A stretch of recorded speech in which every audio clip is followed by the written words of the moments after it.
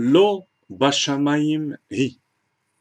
Trois mots de notre paracha qui, si ils avaient été compris par l'ensemble de l'humanité, n'auraient pas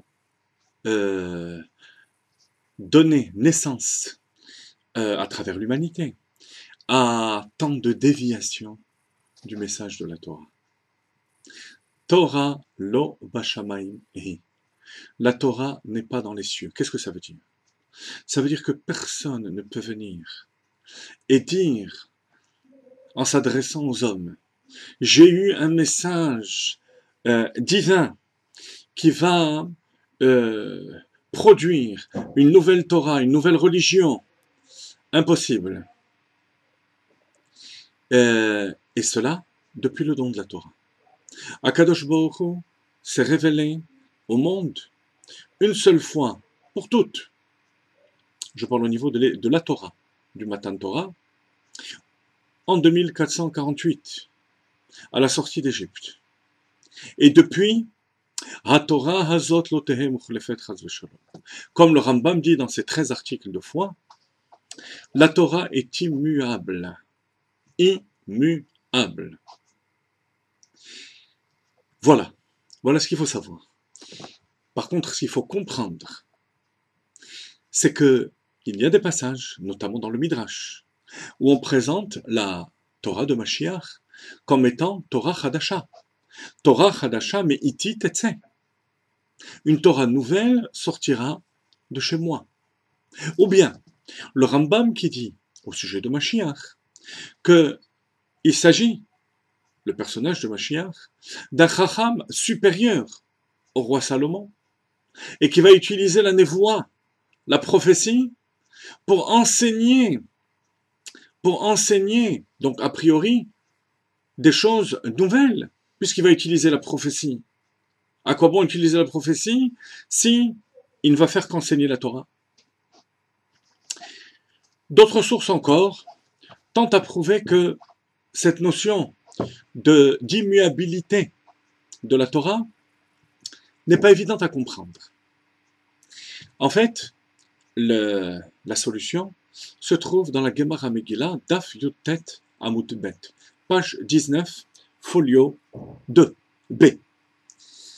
La Gemara nous dit, Kol ma shetalmid vatik atid lechadesh, tout ce que un élève assidu, sérieux, va innover de génération en génération, a déjà été dit à Moshe Rabbeinu sur le mont Sinaï. Alors comment peut-on parler d'innovation, les Chadesh, si ça a déjà été dit sur le mont Sinaï? Réponse. Sur le mont Sinaï, Akadosh Baruch Hu a donné toutes les règles, a donné tous les paramètres avec toutes les règles de déduction. À partir de là, il va y avoir des Rabbi Akiva, il va y avoir des Abaye Rava, Rav Shmuel, de génération en génération, le Shulchan Aruch, les Rishonim, des Rabbi Akiva Iger, des Khatam Sofer, jusqu'à notre génération. Le Harizal, Baal Shem Tov, les Rabbeim, qui vont révéler des parties qui étaient cachées dans la Torah, qui ont été données lors de Matan Torah, puis ça a été donné à Moshe Rabbeinu sur le mont Sinaï, mais qu'ils vont révéler. Voilà ce qu'on appelle, d'après la Halacha, d'après la Gemara, la notion de Chidush. Donc vous voyez comment les choses sont claires. Chidush ne veut pas dire quelque chose de nouveau, d'une nouvelle, qui peut donner naissance à une nouvelle religion, à des nouveaux principes. Nouveau veut dire quelque chose qui était donné au moment du don de la Torah, mais inclus dans la Torah et qui va être dévoilé par les règles de déduction qu'Akadosh Baruch Hu a données sur le mont Sinaï. Bon, ça c'est une première donnée. Deuxième donnée, deuxième chose qu'il faut comprendre, c'est dans ce cas-là, pourquoi parle-t-on spécialement pour Mashiach de Torah Chadasha?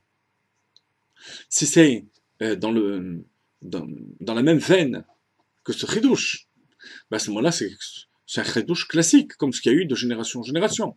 Pourtant, le terme Torah Chadasha est dit en ce qui concerne Mashiach. ou bien cette prophétie que Mashiach va utiliser pour enseigner la Torah, pour révéler la Torah, c'est dit seulement sur Mashiach. Alors, qu'est-ce qu'il y a de différent par rapport à tous les chidushim, toutes les nouveautés qu'ont révélées nos maîtres durant toute notre histoire? La différence entre le silex et la braise. Regardez bien.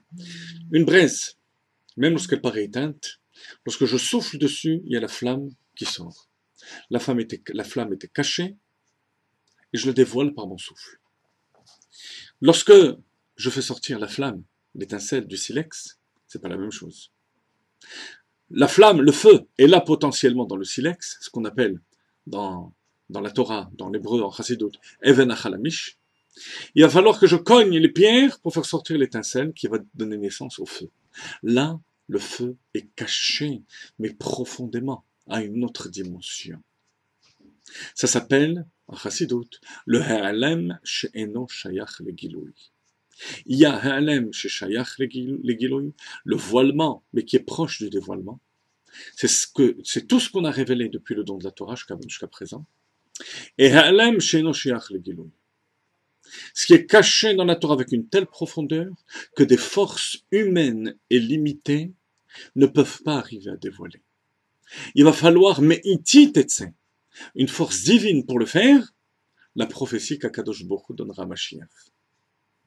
Et aussi, mais enfin ça c'est un autre sujet, je vous le cite quand même, l'avant-goût de l'enseignement messianique qui a commencé à partir du Harizal.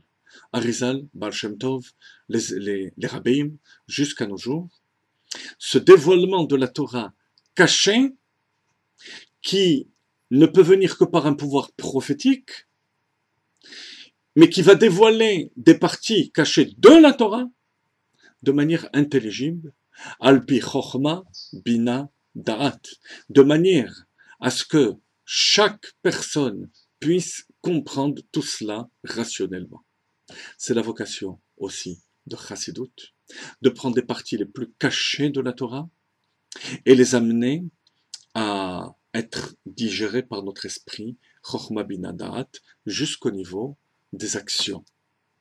Voilà, très important, avant Rosh Hashanah, de se rappeler que Rosh, c'est la tête, Chochma Bina Da'at, c'est la tête, la lumière infinie de Dieu passe par la tête pour être amenée dans le monde.